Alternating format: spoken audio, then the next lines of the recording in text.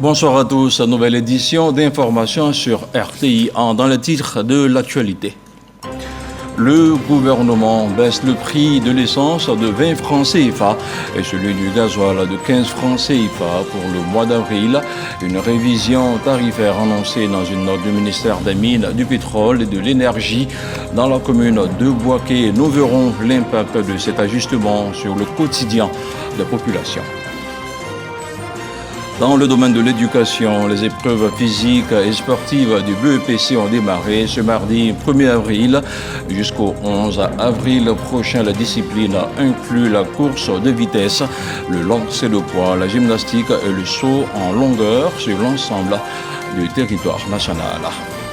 Et puis à Tokyo, à l'invitation de Sa Majesté la Princesse impériale Takamoto, la ministre de la Culture et de la Francophonie Françoise Remarque a eu des séances de travail avec plusieurs personnalités, des cadres d'échange pour renforcer la coopération bilatérale en termes de formation et de financement de projets culturels.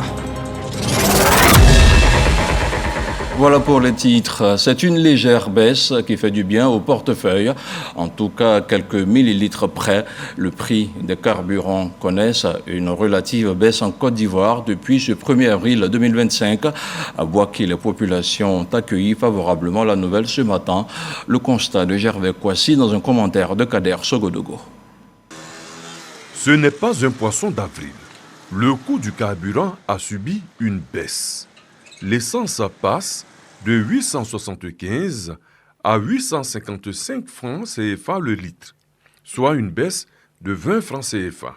Quant au gasoil, on enregistre une réduction de 15 francs, passant de 715 à 700 francs le litre. La nouvelle réjouit les consommateurs de la capitale de la région de Béké, Boaké. C'est une excellente nouvelle. Même si ça va baisser de 5 francs, c'est toujours quelque chose pour le consommateur que nous sommes. C'est bon, c'est pas mal, mais on doit encore faire un peu, encore plus. Ils n'ont qu'à réduire encore pour que nous qui faisons au moins les motos, taxis là, on puisse avoir quelque chose parce que c'est compliqué. Ça ne fait que nous faire de la joie parce que la vie est très difficile. Si ça peut se répercuter sur les denrées alimentaires par exemple, ça nous fera aussi du bien. Le mois d'avril débute ainsi bien pour l'ensemble des consommateurs. D'autres réductions sont à espérer. Afin de renforcer la lutte contre la corruption, une académie de la bonne gouvernance vient de voir le jour. Elle s'engage à former et à outiller des leaders de bonne moralité et de probité.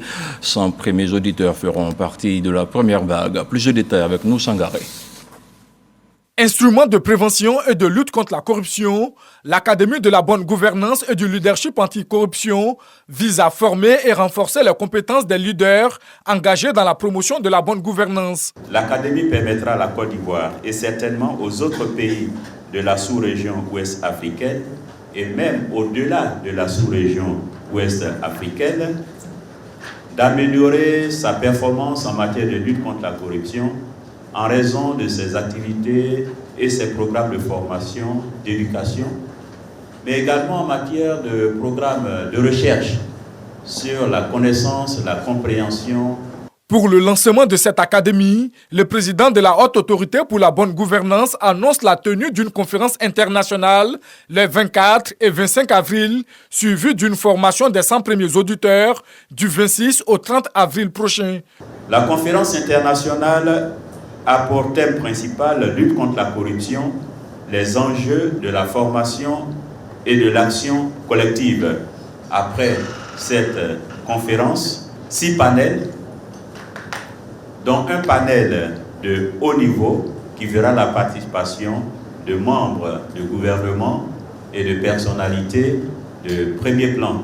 Quant à la formation, elle est dispensée par l'Académie de la bonne gouvernance et du leadership anticorruption, en partenariat avec l'Académie internationale anticorruption. L'Académie de la bonne gouvernance et du leadership anticorruption s'inscrit dans la vision du chef de l'État Alassane Ouattara qui ambitionne de faire de chaque Ivoirien un citoyen nouveau. Je vous le disais en ouverture d'édition, le renforcement de la coopération culturelle entre le Japon et la Côte d'Ivoire a fait l'objet d'une rencontre à Tokyo. La ministre Françoise Remarque, en visite d'imprégnation, a rencontré plusieurs responsables gouvernementaux et des acteurs de l'innovation. F. Boué est notre envoyé spécial dans la capitale nippone. Voici son compte-rendu. À Tokyo, la ministre de la Culture et de la Francophonie, Françoise Remarque, a multiplié les rencontres pour le renforcement de la coopération culturelle. Avec la ministre de l'Éducation, de la Culture, des Sports, de la Science et de la Technologie, Toshiko Abe, il a été question de la mise en place d'un accord culturel efficace. Le même angle avec Toshiyuki Nakamura, conseiller spécial du président de l'Agence japonaise de coopération internationale JICA, qui accompagne de façon multisectorielle la Côte d'Ivoire depuis plus de 50 ans. Un point d'honneur a été accordé à l'innovation technologique avec Daistaro Okada, expert mondial en jeux vidéo, et le collectif Team Lab dans l'art numérique. Au cœur des échanges, l'association Japan Connect, dirigée par un jeune Ivoirien installé à Osaka. Mon rôle consiste essentiellement à connecter les secteurs privés japonais, asiatiques et africains, et aussi à donner l'opportunité à nos jeunes de se frotter à un autre environnement. La ministre a également été reçue par l'association des concerts Minhon, spécialisée dans la musique et les arts du spectacle. Sujet abordé, formation des artistes, accompagnement culturel et organisation de concerts. Et justement, un concert offert par Minhon et l'ambassade de Côte d'Ivoire au Japon. Sonorité ivoiro-japonaise interprétée dans une fusion entre tradition et modernité.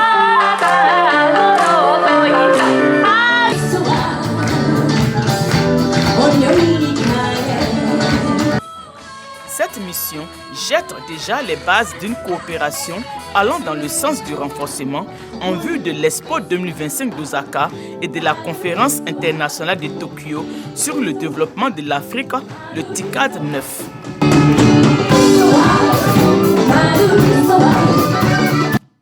Sur un tout autre plan, plusieurs syndicats du secteur éducation, formation sont non signataires du mot d'ordre de grève annoncé pour le 3 et 4 avril prochain. Ils l'ont signifié ce jour à la ministre d'État, ministre de la fonction publique et de la modernisation de l'administration. De son côté, Anne-Désirée Ouloto a appelé les partenaires sociaux à privilégier le dialogue. Les précisions de Grace Kando. Rencontre entre la ministre d'État, ministre de la fonction publique et de la modernisation de l'administration et les syndicats du secteur éducation-formation non signataires du mot d'ordre de grève des 3 et 4 avril prochains. Ces derniers se désolidarisent et optent pour les négociations. Madame la ministre d'État nous a rassurés par les informations que nous avons reçues. Elle nous a d'abord dit que désormais, la loi a institué un cadre réglementaire légal qui autorise les fonctionnaires et agents de l'État de Côte d'Ivoire à bénéficier d'indemnités, de primes, d'accessoires de salaire. Elle nous a aussi rassuré de la mise sur pied effectivement du comité d'experts qui se réunit régulièrement. Nous voulons rassurer l'ensemble des enseignants que les travaux évoluent très bien vers la prime. Nous voudrions encore les inviter à la sérénité et à être présents dans les lycées, dans les collèges, dans les centres de formation professionnelle, dans les écoles primaires et maternelles pour s'occuper de leurs tâches pédagogiques. Une déclaration qui fait suite aux échanges avec la ministre d'État, Anne-Désirée Ouloto, qui appelle ses partenaires à privilégier le dialogue. Il n'y a que dans le dialogue et pas le dialogue qu'on arrive intelligemment non seulement à préserver la paix sociale, la quiétude des populations, mais à atteindre nos objectifs réciproques. Octobre 2024, nous avons commencé à enregistrer les rapports des différents comités sectoriels pour nous présenter l'ensemble des revendications sectorielles. Le secteur de la santé, ça a été fait. Éducation, formation, ça a été fait. Et les autres secteurs, au fur et à mesure, nous enregistrons. Nous sommes environ aujourd'hui à 60% à peu près de rapports transmis par les différents ministères sectoriels. Dans le cadre des activités du comité consultatif de la fonction publique, il a été suggéré la mise en place d'un comité d'experts Parce que les questions auxquelles nous devons apporter des réponses sont des questions techniques, des questions budgétaires et financières qui nécessitent soit des études, soit des analyses pointues. Depuis le début de toutes nos discussions qui portent sur la prime, je n'ai pas manqué de dire 3 choses essentielles. La première, c'est que nous devons agir avec responsabilité. Deuxièmement, la confiance. Troisièmement, la loyauté vis-à-vis de la nation. Faisons confiance au président de la République. L'obtention des primes par la négociation, le dialogue se poursuit entre la ministre d'État, ministre de la fonction publique et de la modernisation de l'administration, et les syndicats du secteur éducation-formation dans la 2e semaine du mois de mai. Et c'est ce mardi 1er avril que les élèves en classe de 3e ont démarré l'examen du BEPC par la case des épreuves physiques et sportives. Course de vitesse, lancer de poids, saut en longueur et gymnastique sont entre autres les disciplines qu'il faudra réussir pour engranger le maximum de points avant les phases écrites et orales. Le constat de Georgette Ido et Sephora Zegui. À Bobo PK18, ce mardi 1er avril, le coup d'envoi des épreuves physiques et sportives du BEPC est donné. Une étape cruciale pour des milliers de candidats à travers le pays. C'est l'examen national même qui a commencé. Avant les épreuves écrites, il y a les épreuves physiques. Nous avons demandé d'être corrects dans l'attitude, pas de violence. Nous avons pris des mesures de sécurité nécessaires pour que les choses se déroulent normalement. 9 heures, le top départ est donné. Plus de 8000 garçons s'élancent, chacun donnant le meilleur de lui-même dans les différentes disciplines. Allez. Premier 8,40. Deuxième 9,10.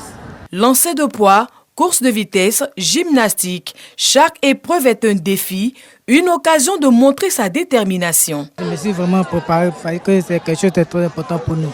J'ai fait les courses de vitesse, enchaînement A, le lancer de poids et puis le lancer de 15. Tout à l'heure, j'ai fait le lancer de poids, j'ai lancé 7,64. Je pense que je peux avoir ma moyenne. Dans un autre établissement, plus de 10 000 filles sont également en lice. La gymnastique en particulier s'avère être un véritable challenge.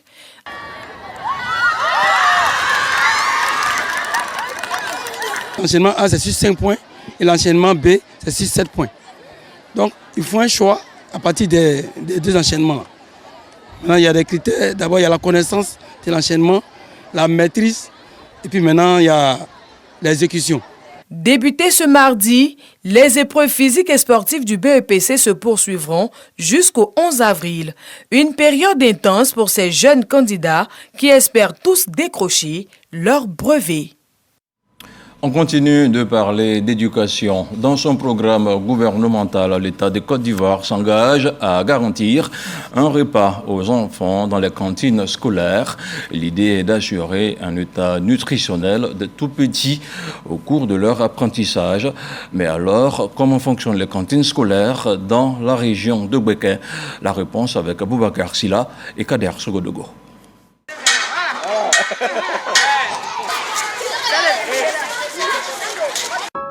Il est 12 heures au groupe scolaire Bamouro. Nous sommes dans la sous-préfecture de Boaké. C'est l'heure du repas. Souralé Ngouanguessa, en classe de CE1, et ses camarades écoliers, munis de leur ticket, se rendent à la cantine pour le repas de midi. Grâce à la cantine scolaire, plus besoin pour eux de rallier le domicile à Kwadiokro, village situé à 2,5 km de leur école, pour manger et revenir suivre les cours de l'après-midi. Je suis content de bien manger à la cantine parce que ma maison est loin de l'école. Au groupe scolaire Walebo à Boaké, dans leur tenue kaki et 1000 carreaux, les écoliers ont hâte de manger à la cantine sous le contrôle du gestionnaire. La ration, ça va pour le midi? Oui, ça va. Ça sera prêt avant midi? Oui, merci. Je paie 25 francs pour manger à la cantine. Avec 25, on mange bien. Et je remercie le gouvernement. Au lieu de partir à la maison et de revenir, je reste à la cantine pour manger. Même décor au groupe scolaire Bassa. Après s'être lavé les mains, les tout-petits partagent le repas dans cet espace entièrement réhabilité, équipé et doté en vivres par la première dame Dominique Ouattara. Je du spaghetti. Je remercie maman Dominique Ouattara. Comme dans ces groupes scolaires, 282 écoles primaires publiques sur les 802 que compte la région de Béké bénéficient de cantines. Pourquoi une cantine scolaire? L'objectif des cantines scolaires, c'est pour améliorer le rendement scolaire des enfants. Parce que les enfants, surtout dans nos villages, quand à midi, ils vont à la maison, le temps de chercher à braiser une petite banane, une igname, il est 14h30, 15h. Et les enfants ne reviennent plus. Les cantines scolaires, un programme gouvernemental salué par les parents d'élèves. La cantine a son sens, surtout qu'ils mangent à 25 francs. C'est une grâce pour nous les parents qui partons au travail. Nous sommes rassurés que les enfants mangent bien à l'école. Comment une école peut bénéficier d'une cantine scolaire et comment se fait son ravitaillement? Pour bénéficier d'une cantine, il faut la volonté manifeste des parents d'élèves, et des communautés, des cadres et même des ONG. Et qu'ils s'engagent à une demande écrite adressée par voie hiérarchique à la direction des cantines. Les vivres donnés par la direction des cantines scolaires ne couvrent que 26 jours de fonctionnement sur 120 jours ouvrables. Et la consigne est de fonctionner 2 jours sur 4 dans la semaine avec les vivres du gouvernement et les 2 autres jours avec les vivres de la communauté. Les cantines scolaires, bien que nécessaires pour leur gestion, connaissent quelques difficultés. Ici, le repas de midi est pris dans une salle de classe.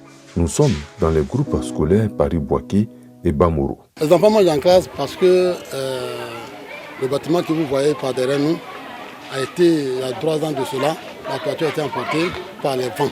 La pluie aidant, les installations qui étaient dedans, tout est parti. Nous manquons de table, ce qui fait que les enfants sont généralement obligés de rester en classe pour manger pour une question d'hygiène.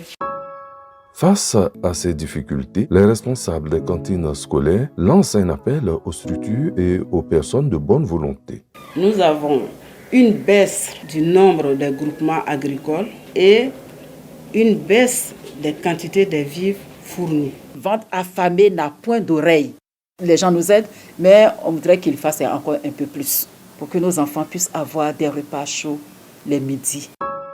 Dans la région de Béké, 36 828 écoliers sur les 178 636 de jeunes à la cantine. Démarrée en 1989, la Côte d'Ivoire compte aujourd'hui 5 602 cantines scolaires sur 15 401 écoles primaires publiques. Les cantines scolaires bénéficient du soutien du Programme alimentaire mondial, PAM. Un dossier à revoir sur RTIA. Nous sommes le 1er avril, une journée de farce et de canular dans de nombreux pays. C'est la date que le groupe Magic System a choisi pour voler en éclats. Salfo et ses compagnons ont décidé de se séparer. C'est l'une des nouvelles que les internautes ont découvert ce matin sur la toile. Retour sur la tradition du poisson d'avril avec Khalil Diomandé. Ce n'est plus le grand amour entre les Gaou magiciens. Le groupe musical Zouglou Magic System est dissous après 29 ans de collaboration à la demande du lead vocal Assalfo. Ibrahim Sissé Bakongo annonce lui aussi la fin de sa mission à la tête du district autonome d'Abidjan.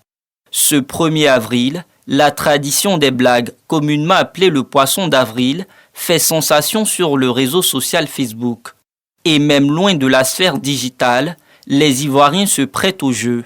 Ce matin, Séraphin a bien consommé un poisson d'avril. Vers 7h du matin, je reçois un message sur mon portable de la part de mon grand frère, qui est administrateur des impôts, en disant qu'il était licencié de ses fonctions pour détournement de fonds. Donc vraiment, j'étais vraiment paniqué. J'ai commencé à appeler tout le monde. Lui-même, il a appelé plus que 25 fois. Et après, il m'envoie le message que c'était poisson d'avril. Vraiment, ce poisson d'avril, ça a coupé mon cœur. Mais la pratique du poisson d'avril n'est pas toujours du goût de certaines personnes qui soutiennent qu'il faut poser des balises. Je pense que ceux qui font des blagues avec poisson d'avril, ils doivent se mettre des limites. Quelqu'un peut venir me dire, et là, j'ai appris que ton papa est décédé, même ta maman est décédée. Moi, ça peut créer des chocs au moins. Un jour, j'étais à l'entraînement, j'ai fait karaté, et c'est comme ça mon téléphone a crépité. Il décroche, il y a un ami qui m'appelle. Il dit, Mao, viens vite. Il dit, à quoi? Il faut venir vite. Et ta chérie se trouve dans la chambre avec ton ami intime. De quoi? Il dit, mon ami intime, il dit, il ne peut pas me faire ça. Et du coup, il m'avait, et arrivé là, et je vois que dans la maison, se trouvait mon ami et qu'on appelle là, et d'autres camarades. Et ça m'a énervé, il a pété les plombs. Parce que sur la route, j'ai failli avoir crise cardiaque. C'est juste que ce n'est pas tout les poissons d'avril qui sont nécessaires. Dans un contexte social marqué par la recrudescence des fake news, le poisson d'avril est pour de nombreux internautes une pratique devenue assez sensible. La vigilance reste donc de mise. N'oubliez surtout pas de dire poisson d'avril une fois la blague révélée. Dans la région de Boclé, les chefs de village et de campement baoulé s'engagent à soutenir le président Alassane Ouattara, un soutien pour garantir la paix et la cohésion sociale, un engagement réaffirmé au cours d'une rencontre à Dacioko avec le ministre-gouverneur Philippe Légré, une correspondance de Sam Kounan.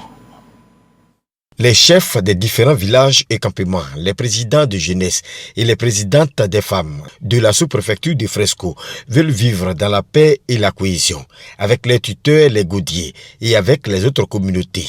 Pour la communauté baoulé vivant dans la sous-préfecture de Fresco, en parfaite harmonie avec les autres depuis de longues années, c'est le président Alassane Ouattara qui peut garantir la paix, la sécurité et la cohésion. C'est pourquoi ils décident de lui apporter leur soutien. Nous les Baoulés, nous nous engageons à réélire le président Alassane Ouattara en octobre 2025 pour son deuxième mandat de la Troisième République. En retour, le ministre-gouverneur Philippe Légré se veut rassurant. Le Boclé va poursuivre son développement dans la paix et la cohésion avec le président Alassane Ouattara. 2025 à 2030, avec le président Ouattara, tous les campements, les gros campements vont avoir lumière, vont avoir courant. Nous, on fait quoi? Pour le député de Fresco, Philippe Légré, d'autres rencontres de ce genre vont avoir lieu dans tout le département afin de rassurer tout le monde avant, pendant et après les élections présidentielles. Direction la rue Lépic à Cocody pour parler de politique avec le RHDP. La jeunesse du parti était récemment en conclave. Un appel de troupes pour définir la stratégie de mobilisation à quelques mois de l'élection présidentielle. Julien Gogo, à Boussanogo. La jeunesse du Rassemblement des Oufouettis stoppe la démocratie et la paix en conclave. À quelques mois de la présidentielle, Koné Mamadou, président de l'Union des jeunes du RHDP, donne des orientations aux représentants des différentes délégations régionales et départementales. Il était question de réunir les membres du bureau national, les 47 coordinateurs régionaux, les 350 départementaux jeunes, à l'effet de réfléchir ensemble sur les stratégies communes. Et nous avons instruit tous nos responsables jeunes de se mobiliser pour aller vérifier l'effectivité de tous ces jeunes qu'ils ont pu faire enrôler pendant la révision de la loi électorale et de s'apprêter pour les contentieux. Voici le message principal que nous avons donné à nos jeunes ce jour. Et après cette activité importante, tous les coordinateurs, tous les départementaux vont regagner le terrain et de faire du porte-à-porte et de respecter le mode d'ordre que nous leur avons donné ce jour, de continuer le travail jusqu'à l'élection du président de la République au soir du 25 octobre 2025, dès le premier tour. Les électeurs disposent d'un délai de 15 jours après l'affichage de la liste électorale provisoire, soit jusqu'au 5 avril 2025. Selon Koné Mamadou, la jeunesse du RHDP doit prendre une part active au processus afin de mobiliser ses membres pour faire triompher leur parti, le RHDP, à la présidentielle de 2025. Elle vient d'être portée à la tête de l'association ivoirienne des médaillés de la Légion d'honneur. Daniel Boni-Claverie va présider aux destinées de cette institution qui regroupe les Ivoiriens méritants de la France. Retour sur le temps fort de l'Assemblée générale ordinaire et élective avec Jean-Marc Djadji. Je voudrais vous remercier vivement pour cette unanimité. Daniel Boni-Claverie préside désormais aux destinées de l'association ivoirienne des médaillés de la Légion d'honneur et de l'Ordre national du mérite français. Élue et succédant au général Loès, la nouvelle présidente marque un point d'honneur et entend valoriser l'association dans le cadre de la coopération entre la France et la Côte d'Ivoire. Nous allons bien sûr essayer surtout de donner un nouvel élan en tendant la main aux jeunes. parce qu'on constate tout de même un certain désintérêt et nous voudrions donner un sens à ces décorations honorifiques. Elles ne sont pas simplement honorifiques, elles ont un sens parce que autant ici on aime vraiment célébrer l'excellence, eh bien à travers une telle association, c'est aussi le mérite, c'est l'excellence et nous voulons donc poursuivre dans cette voie. Évoquant le thème central de son mandat, agir ici et réussir ici, qui s'inscrit dans le cadre de la lutte contre l'immigration clandestine, Daniel Boni-Claverie a affiché son engagement à réduire le phénomène. L'association ivoirienne des médaillés de la Légion d'honneur et de l'Ordre du mérite français annonce la création de 2 prix nationaux en milieu scolaire. Objectif, donner une autre dimension à la culture du civisme en Côte d'Ivoire. Religion maintenant avec l'office diocésain de la pastorale des jeunes d'Abidjan qui était en pèlerinage au stade olympique Alassane Ouattara d'Ebempe, une année synodale au cours de laquelle les jeunes chrétiens catholiques s'engagent à contribuer à la construction d'une paix durable dans le pays. On retrouve encore une fois Jean-Marc Djadji. Plus de 50 000 jeunes chrétiens catholiques du diocèse d'Abidjan en unité de prière et de louange à Jésus-Christ pour la paix en Côte d'Ivoire. Nous sommes à la 3e édition du pèlerinage diocésain de la jeunesse d'Abidjan. C'est sous le thème « En cette année synodale, jeunes catholiques, soit acteurs de paix et de cohésion sociale » que ces jeunes prônent une Côte d'Ivoire en paix. C'est ma 2e fois de participer à ce pèlerinage. Donc en tout cas, on a appris beaucoup de choses. Il y a l'enseignement, il y a la messe, il y a le partage, il y a la convivialité avec tous nos frères du diocèse d'Abidjan. Je participe au Pélé pour montrer aux yeux du monde qu'avec le Pélé, on peut vivre ensemble. Le pèlerinage diocésain de la jeunesse d'Abidjan est une aubaine pour interpeller toutes les couches de la société ivoirienne à l'approche des élections générales. Les jeunes qui sont l'avenir, nous ne voulons pas leur laisser un pays ensanglanté, un pays enfumé. Il faudrait que nous laissions aux jeunes un pays de paix. Donc eux-mêmes, ils apportent leur contribution. Comme je l'ai dit, la paix se construit dans le cœur. Encadrée par le gouvernement au travers de la Direction générale des cultes, cette rencontre religieuse reçoit les félicitations du ministre Vagandou Diomandé, chef de la délégation ministérielle. Le message qui a été adressé à la jeunesse émane de son Excellence, Monsieur le Président de la République, qui aime sa jeunesse, qui travaille pour sa jeunesse et qui demande à la jeunesse de s'associer à l'œuvre de développement de notre pays à travers des actions de prière, des actions de cohésion, mais surtout et surtout ne pas se laisser détourner par des discours de haine et de division. La 3e édition du pèlerinage diocésain de la jeunesse d'Abidjan a eu au programme la célébration eucharistique, des prestations artistiques et l'adoration du Saint-Sacrement. Du sport, du football avec la CAN U17 au Maroc, les Éléphantos cadets ont atomisé ce soir la Centrafrique sur le score sans appel de 6-1 au stade Berishid Casablanca. Ils ont été sans pitié pour les fauves venus de Bangui. Et dans l'actualité hors de nos frontières, le président français et algérien Emmanuel Macron et Abdelmajid Tebboune ont acté la reprise des relations bilatérales entre Paris et Alger selon un communiqué commun.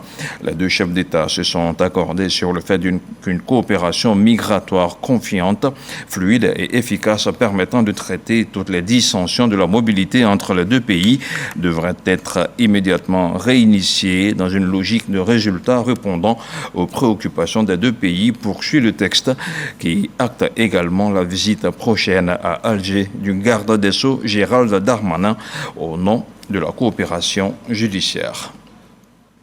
C'est la fin de ce journal. Bonsoir.